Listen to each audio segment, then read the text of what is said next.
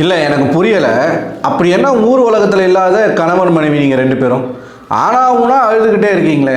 நீங்கள் ஒன்றும் முதல் வாரத்துலேயே உங்களோட கணவர் வந்து வெளியில் போகல. ஒரு 90-95 நாட்கள் இந்த வீட்டுக்குள்ளே நீங்கள் இருக்க போகிறீங்க, அதனால் நீங்கள் உட்காந்து அழுவுறீங்கன்னா ஒரு லாஜிக் இருக்குது. 10வது வாரத்தில் அவர் வெளில போயிருக்காரு. இன்னும் 2 வாரத்தில் வந்து ரீஎன்ட்ரி ரவுண்டு இருக்குது, ஃபேமிலி ரவுண்டு இருக்குது. எதில் இருந்தாலும் பிரச்சனும் உங்களுடைய குழந்தைங்களும் வரத்தான் போகிறாங்க. ஒரு வாரம் உங்களால் வந்து மேபி அடுத்த வாரமே கூட ஃபேமிலி ரவுண்டு வைக்கலாம். ஏன்னா இந்த வாரம் பார்த்தீங்கன்னா கோர்ட் டாஸ்க் வைக்கிறாங்களாம். ஸோ இதுக்கப்புறம் டாஸ்க் எல்லாமே மொக்கையாக தான் போகுது அப்படிங்கிறது நல்லாவே புரியுது. ஒரு வாரம் உங்களால் பொறுத்துக்க முடியாத கணவர் இல்லாமல் நேற்றுலேருந்து அழுதுகிட்டே இருக்கிறீங்களே. இந்த ஷோக்கு பிரஜன் போனது அன்ஃபேருங்க, அதில் மாற்று கருத்து கிடையாது. பிரஜனோட எவிக்ஷன் வந்து அன்ஃபேரான எவிக்ஷன் தான். அவருக்கு பதிலாக நீங்கள் தான் போயிருக்கணும். ஆனால் உங்களை வச்சு சேனல் ஒரு விஷயத்தை ட்ரை பண்ணுறாங்க. பிரஜன் வெளில போயிட்டாரு, அவருடைய கேமையும் சேர்த்து நீங்கள் ஆடுவீங்க, அது வந்து பார்க்குறதுக்கு நல்லாயிருக்கும், ஒரு வடச்சென்னை ஸ்டோரி மாதிரி உங்கள் ஸ்டோரியை கொண்டு போகணும்னு நினைக்கிது.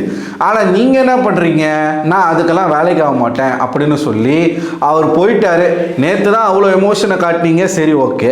இன்னைக்குமா அவருடைய சட்டையை எடுத்து வச்சுக்கிட்டு, சட்டையை கூடவே வச்சுக்கிட்டு எப்படி கழுவிட்டு இருக்கீங்க நீங்கள்? எப்படி கழுவிட்டு இருக்கீங்க திவ்யாவை? அதுவும் திவ்யா மேலே அப்படி என்ன காண்டுன்னு தெரியல. இந்த பார்வதி பக்கத்துலேயே உட்காந்துக்கிட்டு நல்லா உசுப்பேத்தி விட்டுக்கிட்டு இருக்காங்க சாண்ட்ராவை.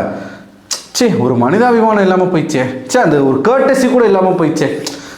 ஏமா பார்வதி, உனக்கு என்னம்மா பிரச்சனை? இவங்களை பிரித்து பார்வதி ஒவ்வொரு நபரையும் தான் கூட சேர்த்துக்கிட்டு அவங்களோட கேம் ஆட வச்சு அவங்கள டவுன் பண்ணுறதே வேலையை வச்சுக்கிட்டு இருக்காங்க. முதல்ல திவாகர், அடுத்து கமருதீன், இப்போ வந்து சாண்ட்ராவை பிடிச்சிக்கிட்டு இருக்காங்க.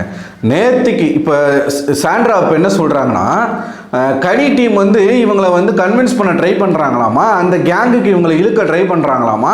அவங்க என்கிட்ட பேசுகிறதே எனக்கு பிடிக்கல, ஏன் என்கிட்ட வந்து அவங்க பேசுகிறாங்க, நான் அமைதியாக இருக்கிறேன், என்னை யாரும் வந்து என்கிட்ட பேச வேண்டாம் அப்படின்னு உட்காந்து புலம்பிக்கிட்டு இருக்காங்க. ஸோ திவ்யா போயிட்டு அந்த கேங்கில் சேர்ந்துட்டாங்களாம். இவங்க 2 பேர் பேசிக்கிட்டு இருக்காங்க, பார்வதியும் சாண்ட்ராவும். பத்தியா திவ்யா, பத்தியா போய் அந்த கேங்கில் சேர்ந்துட்டா பத்தியா? உடனே பார்வதி, ஆமாம் இல்லை திவ்யா எப்படி இது அப்படின்னு அந்தம்மா, நீ யாருன்னு எங்களுக்கு தெரியாதா எம்மா பீட, என்னம்மா ஒருத்தவங்களை வந்து மூல செலவு பண்ணிக்கிட்டு இருக்குங்க. பார்வதி சீரியஸ்லி நேற்று நைட்டில் இருந்து திவ்யா வந்து பேச ட்ரை பண்ணுறாங்க. என்னமோ உட்காந்து டிஸ்கஸ் பண்ணியிருக்காங்க எல்லாரும். பிரஜன் போனது அன்ஃபேர்ன்னு தான் எல்லாருமே சொல்லிக்கிட்டு இருக்காங்க. இவர் விக்கல்ஸ் வந்து இவங்க 2 பேரையும் வச்சு ஒரு பயங்கரமான ஒரு கேம் விளையாண்டார். நீங்கள் வந்து கப்பலாக விளையாடுறீங்க, ஃபேமிலியாக விளையாடுறீங்க, ஹஸ்பண்ட் அண்ட் ஒய்ஃபாக விளையாடுறீங்கன்னு சொல்லிக்கிட்டே இருந்தார். யார்? விக்கல்ஸ் சொல்லிகிட்டே இருந்தார். அது வந்து அவருடைய கேமாகவே அவர் பண்ணாப்புல. அதுக்கப்புறமா நேற்று வந்து சாண்ட்ரா கிட்ட சொல்லியிருக்காரு, நீங்கள் கப்பலாலாம் விளையாடல, நீங்கள் வந்து நான் சும்மா தான் சொன்னேன், நீங்கள் வந்து டென்ஷன் ஆகாதீங்கன்ற மாதிரி சொல்லியிருக்காரு போல. இதை பிடிச்சிக்கிட்டு இந்த மேடம் பேசிக்கிட்டு இருக்கிறது, கனியை கிளவி, நீங்கள் சுபிக்ஷாவை நாயின்னு சொல்லிட்டீங்க, டாகுன்னு நீங்கள், ஸ்கூபிடும் நீங்கள், இல்லாத வார்த்தையெல்லாம் பேசுனீங்க. இன்றைக்கி திவ்யாவை பேச ஆரம்பிச்சிருக்கீங்க. நேற்று நைட்டு திவ்யா வந்து சாண்ட்ரா கிட்ட பேச வராங்க. சரி, பிரஜன் வெளில போயிட்டார். இவங்க என்ன சொல்கிறாங்கன்னா, பிரஜனுக்கு ஒரு நல்ல ஒரு படத்தில் வாய்ப்பு கிடைக்கணும் அப்படின்னு சொல்கிறாங்க. அது கிடைக்காமலாம் போகாது. அவருக்கு டேலண்ட் இருக்குது, நிச்சயமாக கிடைக்கும். விஜய் சேதுபதி கூட அவரோட படத்தில் பிரஜனை யூஸ் பண்ணுறதுக்கான வாய்ப்புகள் இருக்குது. அது வந்து நடக்கும். இந்த ஷோவில் ஒருத்தர் தான் ஜெயிக்க முடியும், யாராச்சும் ஒருத்தர் வந்து போய் தான் ஆகணும்.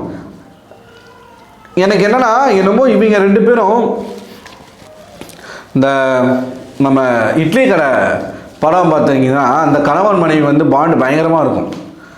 2 பேரும், கணவன் முதல்ல இறந்துருவார், உடம்பு சரியில்லாமல் இறந்துருவார், பின்னாடியே மனைவியும் இறந்துருவாங்க. அந்த மாதிரி வந்து ரொம்ப ஓரளவுக்கு ஒரு லிமிட்டில் இருந்தால் பரவாயில்ல. திகட்ட காதல், திகட்ட அன்பு, திகட்ட அழுகை. நேற்றுல இருந்து திவ்யா வந்து ஜெனியூனாக பேச வந்தாங்களா இல்லையா? நீங்கள் அந்த பொண்ணை எப்படி ட்ரீட் பண்ணீங்க? நேற்று நைட் என்ன பண்ணீங்க? நீங்கள் எவ்வளோ கற்றுனீங்க திவ்யா கிட்ட? நீ எதுக்கு எங்கிட்ட வந்து பேசுகிற, நீ எதுக்கு எங்கிட்ட வந்து சொல்கிற, உனக்கு மனிதாபிமானமே இல்லையா, உனக்கு வேறு வேலையே இல்லையா, உனக்கு என்ன பிரச்சனை, நான் வெளியில் போகணுமா, என்ன பேச்சு பேசினேன்? பிரஜனுக்கும் திவ்யாவுக்கும் ஒரு ஜெனியூனான அண்ணன் தங்கச்சி பாசம் இருந்துச்சு. அந்த அண்ணன் தங்கச்சி பாசத்தில் நீங்கள் தான் வந்து என்ன ஆயிட்டீங்க, காண்டாயிட்டீங்க. ஏன்னா பிரஜன் வந்து என்னை விட்டுட்டு திவ்யா கிட்ட பேசிட்டு இருக்காரு, திவ்யாவுக்கு நீட்டிப்பு கொடுக்குறாரு, எனக்கு வந்து துண்டிக்கணும்னு கொடுக்குறாரு. அந்த இதில் மேடம் பொசசிவ் ஆயிட்டாங்க. பொசசிவ் ஆனதுலேருந்து திவ்யாவை ஒரு மாதிரி வந்து வில்லத்தனமாகவே பார்க்கறது பேசுறது எல்லாமே இருந்துக்கிட்டே இருந்துச்சு. நேற்று பிரஜன் போயிட்டாரு, அந்த மொத்த கோவத்தையும் திவ்யா மேலே காமிச்சிங்க. நீங்கள் இந்த மாதிரிலாம் திவ்யா மேலே காமிச்சிருவீங்க, அவங்க வந்து உங்ககிட்ட பேசணுமா? இன்னைக்கு என்ன சொல்கிறாங்க, சாண்ட்ரா பாத்தியா திவ்யா போய் அந்த கேங்கில் சேர்ந்தா பத்தியா, பிரஜன் வந்து என்னை விட திவ்யாவை தான் ரொம்ப பாசமாக பேசினாரு பார்த்துக்கிட்டாரு, ஆனால் கொஞ்சம் கூட அவளுக்கு வந்து அந்த எப்படி மேடம் ஃப்ரேம் பண்ணுறாங்க, கொஞ்சம் கூட அவளுக்கு வந்து நன்றி விசுவாசமே இல்லைப்பா. என்னை விட என் கணவர் வந்து திவ்யா மேலே தான் பாசமாக இருந்தார், ஆனால் என் கணவர் போன ஒரு சோகம் இருக்கா அவகிட்ட. ஏமா இது கேமுமா? இது நீ அழுதுகிட்டு உட்காந்துக்கிட்டு இருக்கன்றதுக்காக எல்லாருமே அழுதுட்டு உட்காந்துருக்க முடியுமா? என்ன பேசுறீங்க சாண்ட்ரா? நீங்கள் புரிஞ்சுதான் பேசுறீங்க. நீங்கள் கேம் ஆடணும். இப்போ இன்னும் உட்காந்து அழுதுகிட்டு இருக்கீங்க. வேணான்னு சொல்கிறேன், நான் இருக்கிறேன், இந்த கேமில் இருக்கணும்னு நினச்ச பிரஜன் போயிட்டாரு. பிரஜன் போனதுக்கு யாருமே இங்கே காரணம் கிடையாது.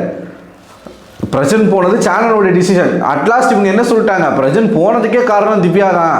ஏன்னா திவ்யா கூட இருந்து இது பண்ணதுனால தான் பிரஜன் போயிட்டாப்புல. அப்படி பார்த்தா முதல்ல திவ்யா தானே போயிருக்கணும். நமக்கு புரியுது அவங்களுக்கு வந்து ஓவர் லவ், கணவரை மிஸ் பண்ணுறாங்க, கணவர் இருக்கணும், அவருடைய வெற்றிக்காக இவங்க உழைக்கணும்னு நினைக்கிறாங்க, எல்லாமே சரிதான். அதுக்காக நீங்கள் இன்னொருத்தவங்களை புண்படுத்திட்டு சரி. நேற்று இவங்க கத்துனாங்க, காலையிலேருந்து திவ்யா பல முறை வந்து சாண்ட்ரா கிட்ட பேசுகிறாங்க, நீ ஓகேவா, நல்லா இருக்கியா, உள்ள வரியா, பேசலாமா. இவங்க எங்கேயுமே திவ்யாவை அலோவ் பண்ணலை, திவ்யாவை சேர்த்துக்கவே இல்லை. சேர்த்துக்காம இவங்க என்ன பண்ணுறாங்க, திவ்யா வந்து இல்லை நான் பார்த்துக்கிறேன் நீங்கள் போங்க அப்படி பேசி அமுச்சு விட்டு இப்போ அங்கே போய் சேர்ந்துட்டாங்க. திவ்யா வந்து கனிகாங்கில் போய் சேர்ந்துட்டாங்களா? ஏன் இப்படி வந்து கேவலமாக பேசுகிறீங்க? பார்வதி விட்டு விலகணும், அதுதான் உங்களுக்கும் நல்லது, அதுதான் திவ்யாவுக்கும் நல்லது. திவ்யாவுக்கு தெரிஞ்சு போச்சு நீங்கள் ரொம்ப எமோஷனாக இருக்கிறீங்க சாண்ட்ரா. நீங்கள் எமோஷனலாக இருக்கும்போது வார்த்தைகள் விடுறீங்க. அந்த பொண்ணு திருப்பி உங்ககிட்ட பேச மாட்டாங்க அப்படின்றதுனால நீங்கள் இஷ்டத்துக்குன்னு பேசுகிறீங்க. ஸோ அவங்க வந்து விலகி இருக்காங்க. விலகி இருக்கிறவங்கள பார்த்து மறுபடியும் வன்மத்தை கொட்டுறீங்க. இது சாண்ட்ராவுக்கு நல்லது கிடையாது. ஏன்னா செவனேன்னு இருக்க ஒரு பொண்ணை சும்மா நீங்கள் வந்து இழுத்து வந்து அதுவும் பார்வதி கூடயும் ரம்யா கூடயும் உட்கார வச்சு பேசிக்கிட்டு இருக்கிறதுலாம் நல்லதே கிடையாது. அது மட்டும் இல்லாமல் நாமினேஷன் ப்ராசஸ் இன்னும் ஸ்டார்ட் ஆகலை, இனிமேல் தான் ஸ்டார்ட் ஆக போது, அதுக்கான வேலைகள் நடந்துக்கிட்டு இருக்கு. பார்வதி நாமினேஷன்லேருந்து தப்பிச்சிருக்காங்க, எப்படி தப்பிச்சாங்கன்னே தெரில. அதை பார்த்துட்டு நான் வீடியோ போடுறேன், சரிங்களா? ஸோ நீங்கள் என்ன நினைக்கிறீங்க, சாண்ட்ராவுடைய இந்த புலம்பல் வன்மத்தை வாரி கொட்டுறாங்க திவ்யா மேலே, அந்த வன்மத்துக்கு பின்னாடி பார்வதி அப்படிங்கிற ஒரு பீடையும் இருக்குது, ஏற்றி விட்டுக்கிட்டு இருக்கு பக்கத்தில் உட்காந்துக்கிட்டு. ஸோ உங்களோட கருத்து அப்படிங்கிறத மறக்காமல், அந்த செவுரு தான் ஒருத்தரையாக பலி வாங்கிட்டு இருக்கு. இப்போ அந்த செவுரு தான் திவாகரை பலி வாங்குச்சு, அந்த செவுரு தான் கமருதனை பலி வாங்க வேண்டியது. கமருதன் கொஞ்சம் உஷாராயிட்டான், கலையரசனை பழி வாங்குச்சு. இன்னைக்கு பிரஜனை பழி வாங்கியிருக்கிறதும் அதே செவர் தான், நாளைக்கு சாண்ட்ராவை பழி வாங்க போகிறதும் இதே செவர் தான். ஸோ நீங்கள் என்ன நினைக்கிறீங்க மக்களே? உங்களோட கருத்துக்களை மறக்காமல் கமெண்ட் பாக்ஸில் கமெண்ட் பண்ணுங்கள். அடுத்த ஒரு வீடியோவில் உங்களை சந்திக்கிறேன். அதுபோல் உங்களிடம் விடைபெறுவது நான் அரவிந்தன்.